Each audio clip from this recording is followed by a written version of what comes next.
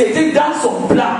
Ce n'est pas qu'il a raté une tête, c'est que c'était son plan. Vous connaissez un peu l'histoire de la veuve de Bethsaïda. Diabo. Vous connaissez l'histoire de la veuve de Bethsaïda dans Marc chapitre 8. Il se rendit à Bethsaïda et on amena vers Jésus un aveugle qu'on le pria de toucher. Il prit l'aveugle par la main et le conduisit hors du village. Puis il lui mit de la salive sur les yeux et imposa les mains et lui demanda s'il voyait quelque chose. Il regarda et dit, j'aperçois les hommes, mais j'en vois comme des arbres qui marchent. On ne va pas dire que Jésus a raté. Non, dites un peu amen.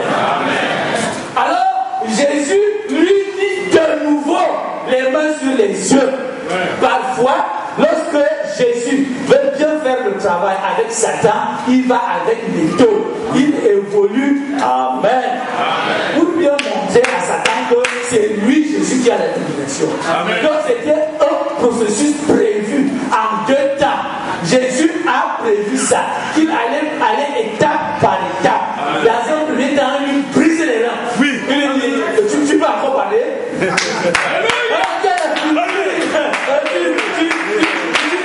Tu vas encore? Oui, viens. Tu vas encore? Amen. C'était un processus. Jésus savait que ça devait se passer en 2 temps.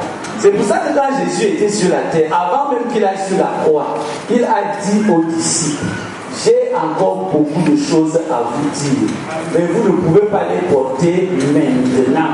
Il y aura une seconde venue, le Saint-Esprit viendra, pas le baptême. Pas quand le baptême du Saint-Esprit viendra, mais le 28 février 1963, lorsque la colonne de feu descendra, diapo. Non, reviens à la diapo d'avant, c'était là. Jean 7. Il dit, j'ai encore beaucoup de choses à vous dire, mais vous ne pouvez les porter maintenant. Quand le consolateur sera venu, l'Esprit de vérité, il vous conduira dans toute la vérité. Jésus savait qu'il y avait une deuxième venue. Il va faire cette chose en 2 temps. Dans l'exposé des 7 ans de l'Église, à la page 166, William Branham déclare, ceux qui sont de l'épouse ne font que sa volonté. Personne ne peut leur faire autre chose. Ils ont l'ainsi dit le Seigneur, ou alors ils restent tranquilles. Ils savent qu'il faut que ce soit Dieu en eux qui fasse des œuvres, qui accomplit sa propre parole. Comme il n'a pas terminé son œuvre entière, donc il a quand même commencé, mais il n'a pas terminé. C'est pas qu'il a raté, mais c'était un processus en 2 étapes. Il a commencé par briser les reins. Donc Jésus savait. Jésus n'a pas raté la tête. Il savait ce qu'il était en train de faire. Et nous disons donc que c'est Jésus, comme nous l'avons dit vendredi, c'est Jésus qui revient donc le 28 février pour écraser la tête du serpent. J'ai illustré ça et dit vendredi, j'ai dit qu'il y avait un tacle en 2 temps. Pour être sûr qu'il va finir définitivement un pied sur la mer, le pied droit, un pied sur la terre, le pied gauche. Comme ça, il a écrasé toute la tête. Amen. Sans rien laisser. Amen. C'est Jésus, l'ange puissant d'Apocalypse 10, qui pose un pied sur la mer, le pied droit, un pied sur la terre, le pied gauche. C'est Jésus. Amen. C'est là où la tête du serpent est écrasée. Apocalypse 10, il dit, je vis un autre ange puissant qui descendait du ciel, enveloppé d'une nuée. Au-dessus de sa tête était l'arc-en-ciel, et son visage était comme le soleil, et ses pieds comme des colonnes de feu. Il tenait dans sa main un petit livre ouvert. Il posa son pied droit sur la mer et son pied gauche sur la terre. C'est l'ange puissant. Et William Branham dit, dans les sceaux, la brèche, paragraphe 41, William Branham dit, et une fois que les sceaux sont brisés et que le mystère est révélé, c'est là que l'ange descend, le messager, Christ, qui pose son pied sur... C'est lui, Christ. Maintenant, écoutez la suite. Maintenant, souvenez-vous que ce 7e ange est sur la terre au moment de cette venue. C'est ça qui pose le problème. J'ai dit que je crois pour troisième Adam. Donc, comme Branham était là, et donc Jésus est entré dans Branham, donc c'est Branham qui a écrasé, ce n'est pas Branham. Pour commencer, Branham n'est même pas le troisième Adam. Branham n'est même pas le fils de l'homme. Branham n'a même rien fait. Branham dit que ce n'est pas moi. Il décline sa responsabilité. Il dit que ce n'est pas moi, Diabo. Il dit ce n'est pas moi. Besoin du temps de la fin. Paragraphe 262. Branham dit maintenant, je veux que vous sachiez ceci avec certitude. Et vous qui écoutez cette bande, il se peut que vous ayez pensé aujourd'hui que le Jésus a dit ça de moi. Vu que c'est moi qui ai apporté ce message, je n'ai absolument rien à voir là-dedans. Je suis une voix, rien de plus. Et ma voix contre mon gré même. J'aurais voulu être trappeur, mais ce que j'ai résolu de faire et que je suis déterminé à faire, c'est la volonté de mon Père. Je ne suis pas celui qui est apparu là-bas à la rivière. Je me tenais simplement là comme lui est apparu. Je ne suis pas celui qui fait ces choses. Ce n'est pas moi qui écrase la tête du serpent. Ce n'est pas moi qui révèle les mystères. Ce n'est pas moi, non. Je ne suis pas celui qui fait ces choses, qui prédit ces choses, qui agit d'une façon si parfaite. Je suis seulement quelqu'un qui est proche, comme lui les fait. J'étais seulement une voix qu'il a utilisée pour le dire. Ce n'était pas ce que moi je savais. C'est seulement que je me suis abandonné et il a parlé à travers moi. Ce n'est pas moi. Ce n'était pas le septième ange. Oh non! C'était la manifestation du Fils de l'homme. Ce n'était pas l'ange.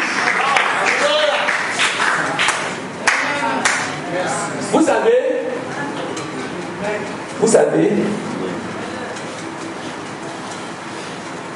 c'est la postérité de la femme qui écrase la tête du serpent. Et la postérité de la femme, c'est un enfant qui est né sans l'intervention d'un homme. Pour que quelqu'un soit appelé Adam, écoutez-moi bien maintenant. Oui. Pour finir avec la doctrine du troisième Adam. Pour que quelqu'un soit appelé Adam, oui, il faut qu'il soit créé. C'est-à-dire qu'il faut qu'il n'ait ni père ni mère. Pour que quelqu'un soit appelé Adam, il faut qu'il n'ait ni père ni mère. Diabo. Dans le message, Shalom, prêché à Phoenix le 19 janvier 64, William Branham dit au paragraphe 72, il dit: voyez, c'était point pour point. Le tout était Dieu le Créateur. Si jadis le premier Adam a été créé sans père ni mère, il en sera de même pour le second Adam. Et toute autre chose de moins que cela ne pourrait pas faire de lui égal à l'autre. C'est clair. C'est en 1964, après l'ouverture des sceaux, William Branham dit que quelque chose de moins que quelqu'un qui est créé ne peut pas être égal à Adam. On ne peut pas l'appeler Adam. Il faut que ce soit quelqu'un qui n'a ni père ni mère pour qu'on l'appelle Adam. Vous allez me dire, le pasteur, mais Jésus est le second Adam. Jésus a une mère. Marie était quand même la mère de Jésus, même s'il n'a pas un père terrestre, mais Marie était quand même sa mère. Marie n'était pas la mère de Jésus. Marie n'était pas la mère de Jésus. Elle n'était pas sa mère. Non seulement elle ne l'était pas, Jésus lui-même savait qu'elle n'était pas sa mère. Jésus ne l'a jamais appelée maman, Jésus l'appelait femme. Elle n'était pas sa mère. C'est-à-dire que pour faire un enfant, pour que tu sois la mère, pour faire un enfant, il faut que l'homme donne un spermatozoïde et que la femme donne un ovule. Et les deux se rassemblent pour former l'œuf. L'œuf de Jésus n'avait pas l'ovule de Marie. Donc, si on fait le test d'ADN, on peut prouver scientifiquement que Marie n'était pas la mère de Jésus. Dieu a créé les deux. Il a créé l'ovule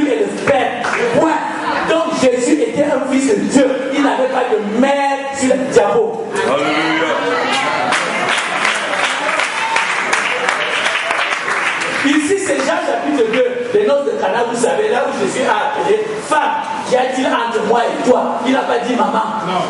Et William Branham explique dans le message qui est ce Melchisédek. Il dit au paragraphe 121, maintenant remarquez, nous voyons Melchisédek. Et pourquoi Marie n'était pas sa mère? C'est la raison pour laquelle il l'appela femme et non pas mère. Il n'avait pas de père, car il était lui-même le père, le père éternel, les trois en un. Il n'avait pas de mère, certainement pas. Amen. Amen.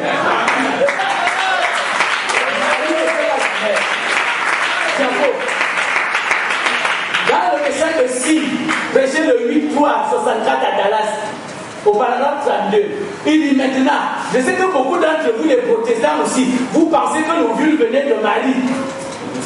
Ça il dit, nous allons gagner ça.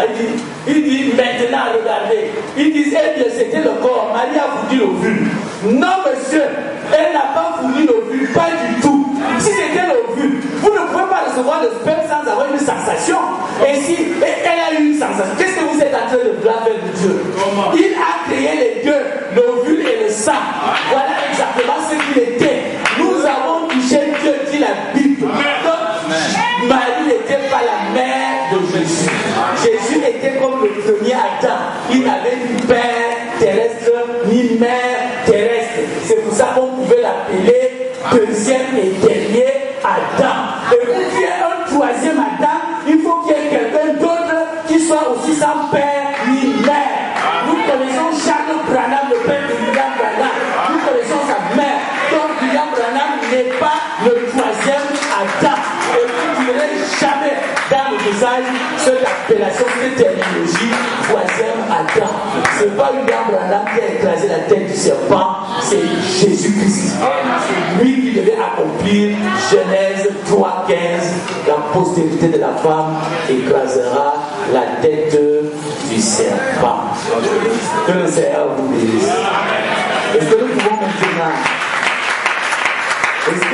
maintenant commencer notre étude sur le signe de la balance? Vous voulez bien qu'on commence notre étude sur le signe de la balance? Alors, mettons-nous debout et nous allons lire quelques portions dans les Saintes Écritures. Mais avant d'ouvrir la Bible, nous allons incliner respectueusement nos têtes et nous allons parler à l'auteur de la parole.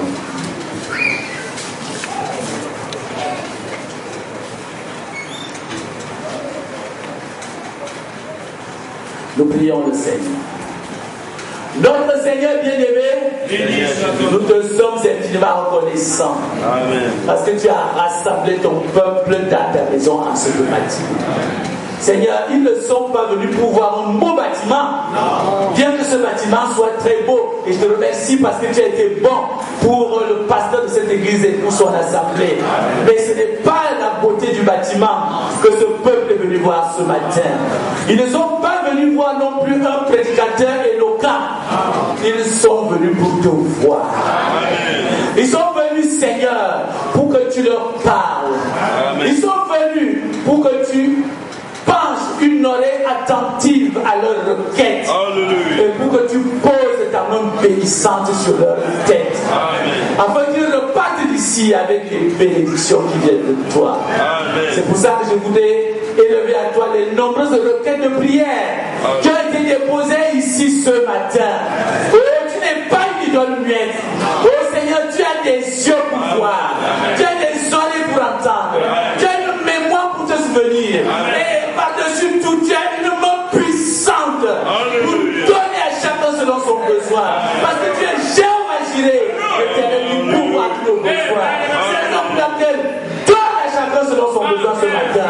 Réponds favorablement à toutes les requêtes qui ont été apportées ici et à toutes celles qui sont dans les cœurs de tous ceux qui sont assis ici ce matin. Afin que lorsque nous allons repartir, nous puissions dire comme ces deux disciples sur le chemin de Maïs, le cœur ne brûlait-il pas pendant qu'il nous parlait en chemin. Oh, ce matin, tu as une grande portion pour nous. C'est la raison pour laquelle mets maintenant l'homme de côté. Et toi-même descends et parle-nous. Brise les seaux, révèle les mystères et répands ta bénédiction sur ton peuple.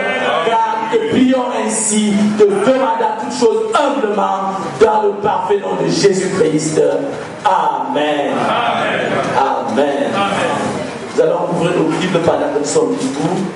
Nous allons lire deux portions dans les Saintes Écritures pour nous servir de toile de fond pour l'étude du signe de la balance. Le premier passage que nous allons lire se trouve dans l'Évangile selon Saint Luc.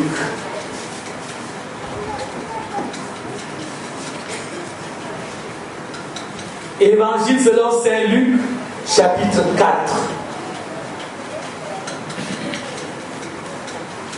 Luc, chapitre 4, nous lirons du verset 16 jusqu'au verset 21.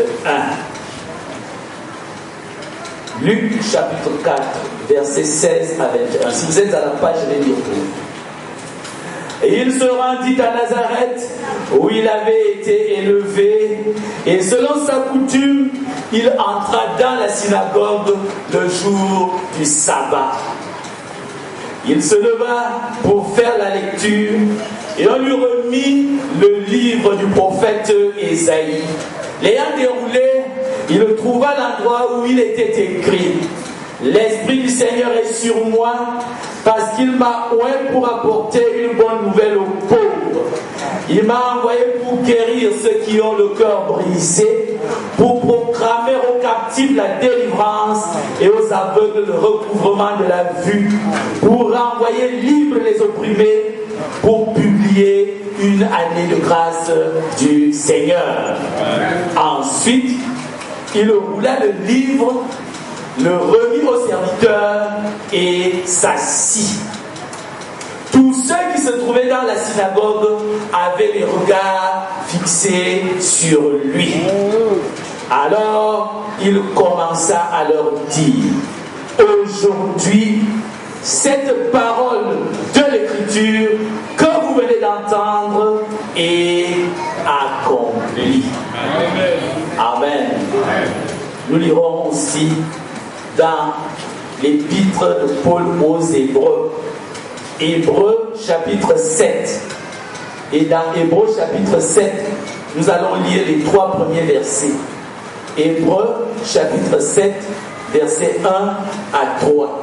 Il est écrit: En effet, ce Melchisédek, roi de Salem, sacrificateur du Dieu très haut, qui alla au-devant d'Abraham lorsqu'il revenait de la défaite des rois, qui le bénit et à qui Abraham donna la dîme de tout, qui est d'abord roi de justice, d'après la signification de son nom, ensuite roi de Salem, c'est-à-dire roi de paix, et qui est sans père, sans mère, sans généalogie, qui n'a ni commencement de jour, ni fin de vie, mais qui est rendu semblable au Fils de Dieu.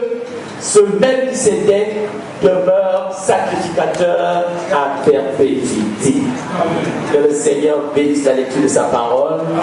Asseyez-vous et que le Seigneur vous bénisse.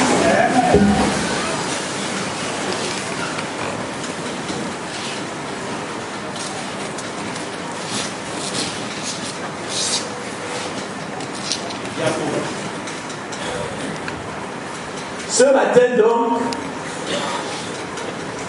nous abordons le glorieux signe de la balance. Amen. Amen. Et la balance, c'est le deuxième signe du zodiaque. C'est le deuxième signe du zodiaque et le signe de la balance va du 23 septembre au 22 octobre.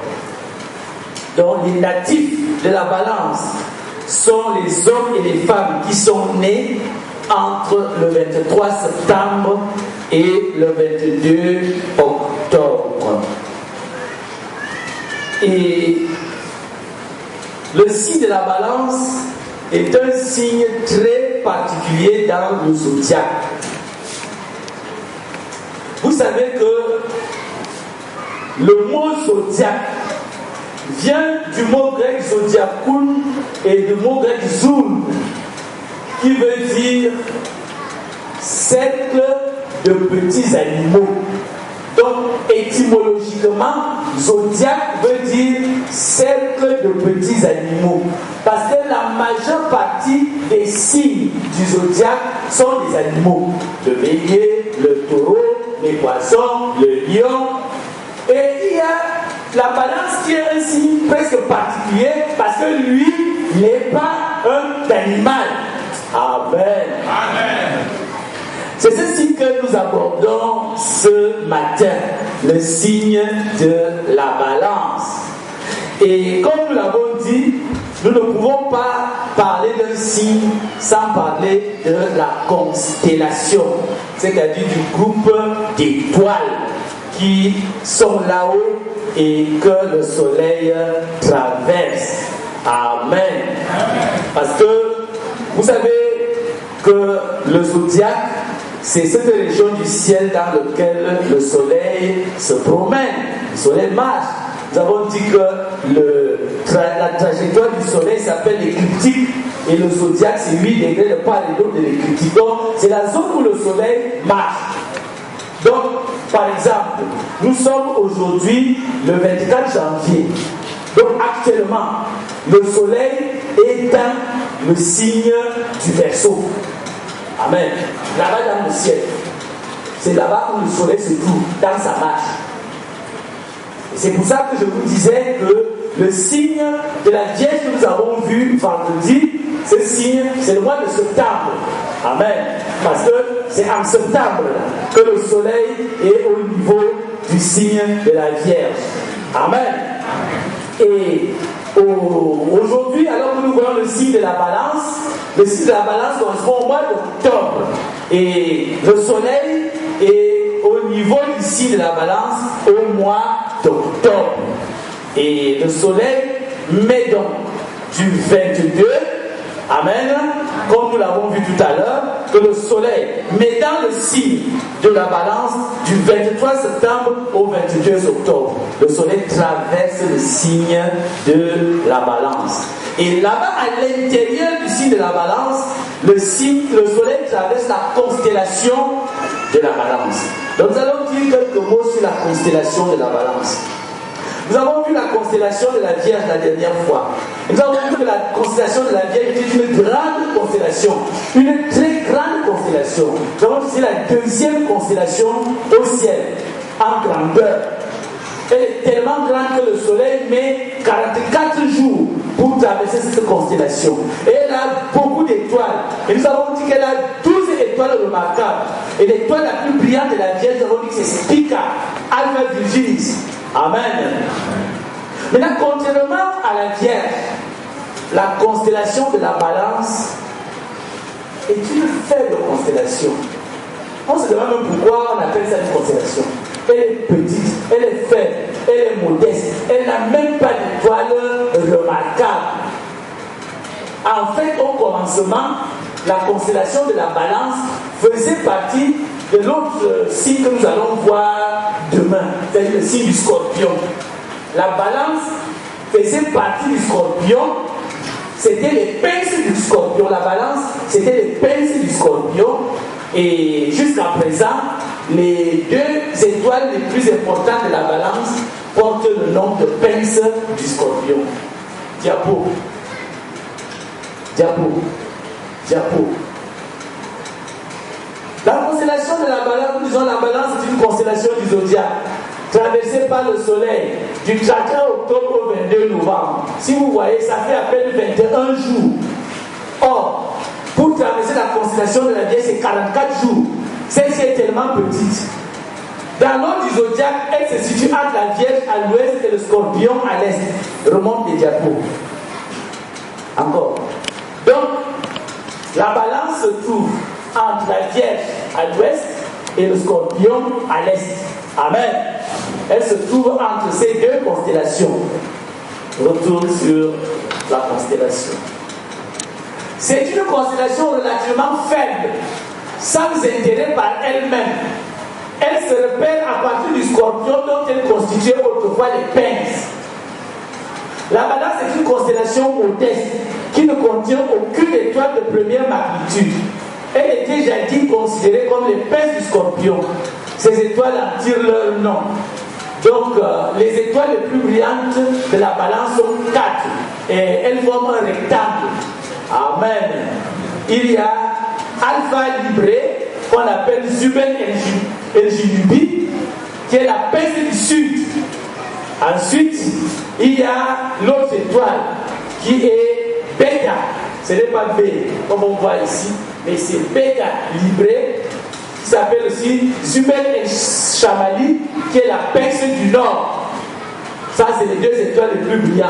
Ensuite, il y a les Gamma Libré, Delta Libré, qui sont les autres étoiles de cette constellation. Mais elles ne sont pas des étoiles formidables. Donc, quand vous regardez une carte du ciel, c'est à peine, si vous voyez la balance, on dit que ça se situe quelque part entre la balance et le scorpion, plus proche du scorpion que de la balance.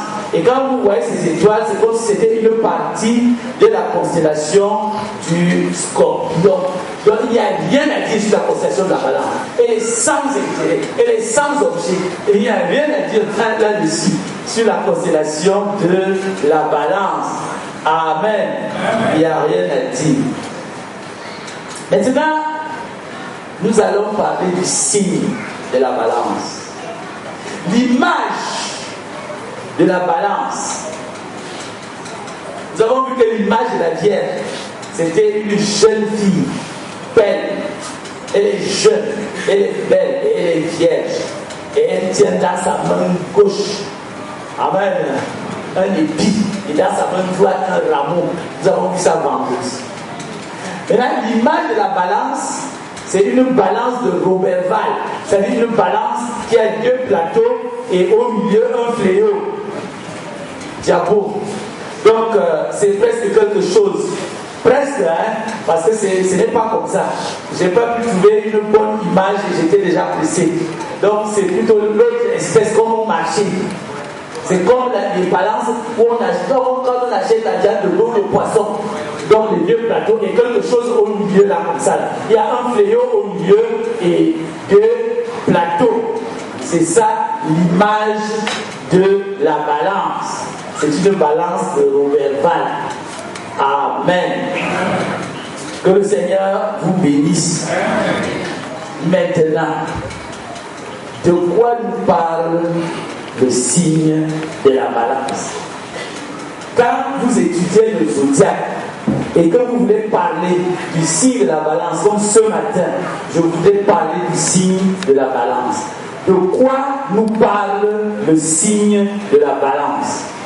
Le signe de la balance nous parle du ministère terrestre du Seigneur Jésus-Christ. Donc, quand on vous dit signe de la balance, vous dites ministère terrestre du Seigneur Jésus-Christ. C'est de ça que nous parle la balance. Vous êtes avec moi? Que le Seigneur vous bénisse. Mais le véritable problème maintenant, c'est que le ministère terrestre du Seigneur Jésus-Christ est très mal compris, même des croyants et des prédicateurs du message.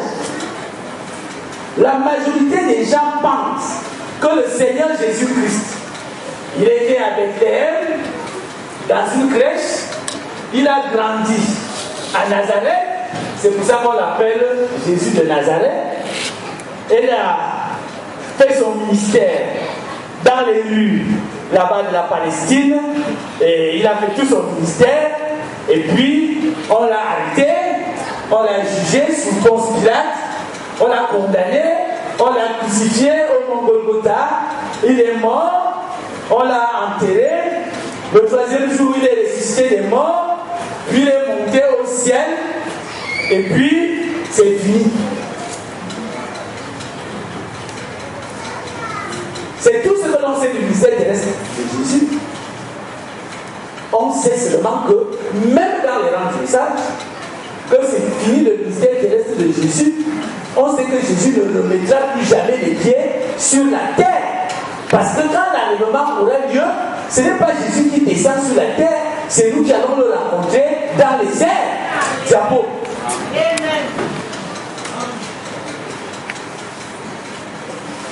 Vous savez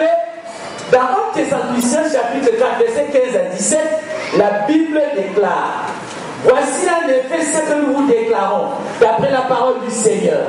Nous les vivants, restés pour l'avènement du Seigneur, nous ne dévancerons pas ceux qui sont morts. Car le Seigneur lui-même a un signal donné à la voix d'un archange et au son de la trompette de Dieu descendra du ciel. Et les morts en Christ ressusciteront premièrement. Ensuite, nous les vivants qui serons restés, nous serons tous ensemble, enlevés avec eux dans des nuées à la rencontre du Seigneur dans les airs.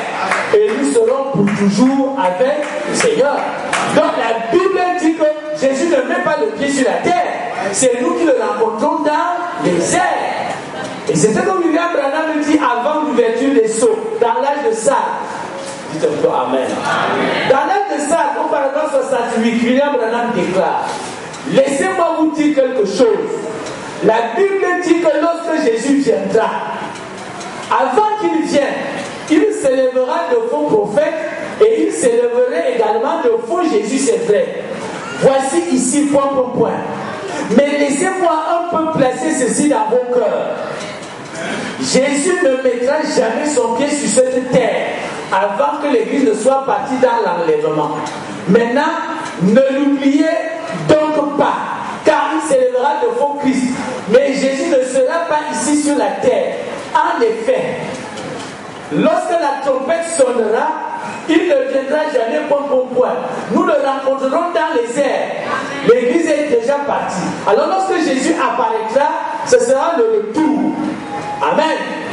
Il dit, et Jésus ne mettra jamais ses pieds sur la terre avant que l'Église ait été enlevée et ramenée à la maison.